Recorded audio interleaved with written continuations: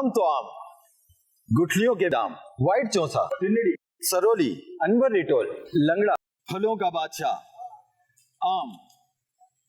आम के बारे में एक मुहावरा सुना है आपने? कहते हैं कि आम तो आम और गुठलियों के दाम। ये आम तो खाकर हम हजम कर जाते हैं, लेकिन ये गुठलियों के दाम कैसे?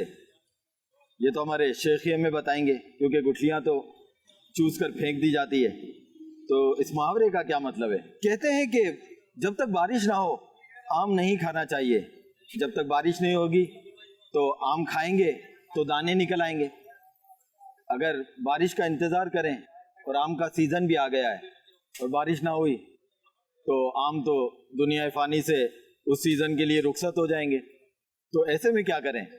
और दूसरा, आम को खाने से दाने निकलते हैं, तो इन दानों से बचने के लिए क्या करना चाहिए? यानी इसका कॉम्बिनेशन क्या हो? आम के साथ क्या खाएं कि इसकी गर्माइश की जो तासीर है वो कम हो जाए? इसके साथ यहाँ पर आकर मार्केट में ये भी सुना कि आम ले जाओ, बारिश हो गया तो आम महंगा हो जाएगा। ये बारिश होने से आम की कीमत का क्या ताल्लुक? रेट मुनासिब होने चाहिए, बारिश से पहले भी गरीब आदमी अफोर्ड कर सके, बारिश के बाद भी अफोर्ड कर सके।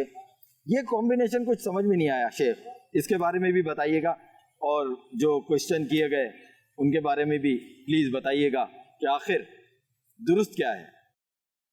आम का सीजन तो है, अल्लाह पाक की बहुत बड़ी नेमत है। गरीब, अमीर, बादशाह, फकीर, आम कोई नहीं छोड़ता होगा, सब खाते होंगे। तो अब ये कि आम के आम गुठलियों के दाम, तो इसका लुगत में मैंने देखा था कि आम भी बिकता है और आम खा लो तो गुठलियां भी बिक जाती हैं, लेकिन मुझे इसका कोई तजर्बा नहीं है कि गुठलियां बिकती हैं या नहीं, फेंक दी जाती है, ये तजर्बा है। अलबत्ता हम छोटे होते थे ना तो गुठलियों को सेंकते थे घर में, सेंक कर इसके अंदर से कुछ सफेद गुठली निकलती है, वो खाते थे। तो मैं इसके माना अपने तौर पर ये समझता था, लुगत में जो थे वो अर्ज किए मैंने कि दोनों तरफ से नफा है इसमें, आम में भी और गुठलियों में भी। बच गई गुठलियां तो भी नकारा नहीं है, बिकती हैं, ये लिखा हुआ है, देखा हुआ नहीं है। तो मैं ये समझता था कि आम के आम गुठलियों के दाम, यानी ये बेचने वाले शायद ये बोलना चाहते हैं कि देखो बिल्कुल सस्ते बेच रहे हैं हम आपको, गुठलियों के दाम नहीं, कौड़ियों के दाम बोलते हैं, कौड़ियों के दाम यानी सस्ता, कि हम आपको आम सस्ते दे रहे हैं, गुठलियों के दाम दे रहे हैं। ये गुठलियों की कोई वैल्यू नहीं है, इस तरह इस आम की भी कोई कीमत नहीं है, खरीद लो बस। शायद ये माना मेरी समझ में ये आते थे, लेकिन मेरी समझ भी बता दी, लुगत की लिखत भी आपको अर्ज कर दी। अब आप जिस पर भी डन करें, शरई मसला तो है नहीं है।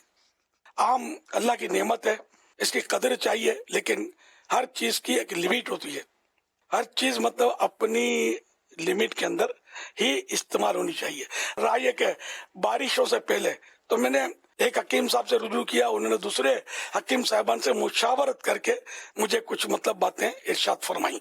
उन्होंने इस तरह रहनुमाई फरमाई कि बारिशों से पहले या बाद आम खाने का कोई खास ताल्लुक तो समझ नहीं आता, मगर यह बात अवाम में मशहूर जरूर है। एक बात इस हवाले से जरूर समझ आती है कि वो अफराद जिनका मिजाज सुफरावी यानी गर्म है, उनके लिए बारिश के बाद आम मुनासिब मिकदार में खाना यूं मुफीद रहता है। बारिशों के बाद गर्मी में कमी और मौसम में नमी न तरावट, मौसम में पानी की मिकदार बढ़ जाती है।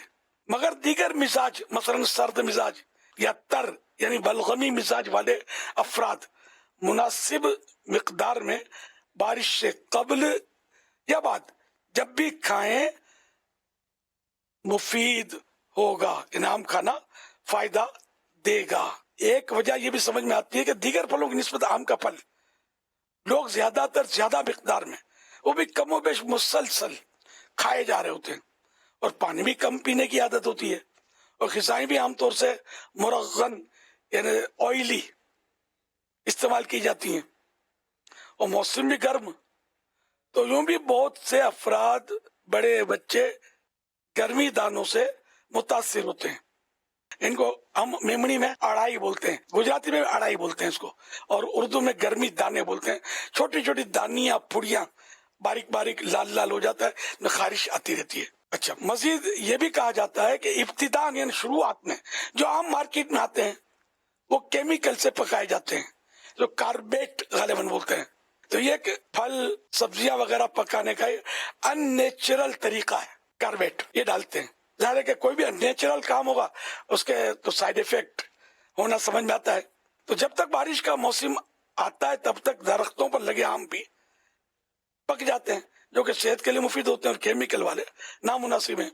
تو جو کاربیٹ والے آم کھانے کے بجائے کچھ لیٹ آم خریدے جائیں کہ جو کیمیکل سے نہ پکائے گئے ہوں. آم کھانے کے ساتھ ساتھ اگر ان چیزوں کا استعمال کیا جائے تو انشاءاللہ مفید رہے گا. خالص عرق گلاب کے 4 یا 5 چمچ پی لیے جائیں. خالص ملنا مشکل ہے، لیکن جو بھی علاج کرنا ہے اپنے طبیب کے مشورے سے کرنا ہے. گلاب کی تاثیر ٹھنڈی ہوتی ہے، میں نہیں پی سکتا، یہ بھی بتا دوں، گلا پکڑ لے گا مجھے، جو ایسے تجربات ہیں بعض.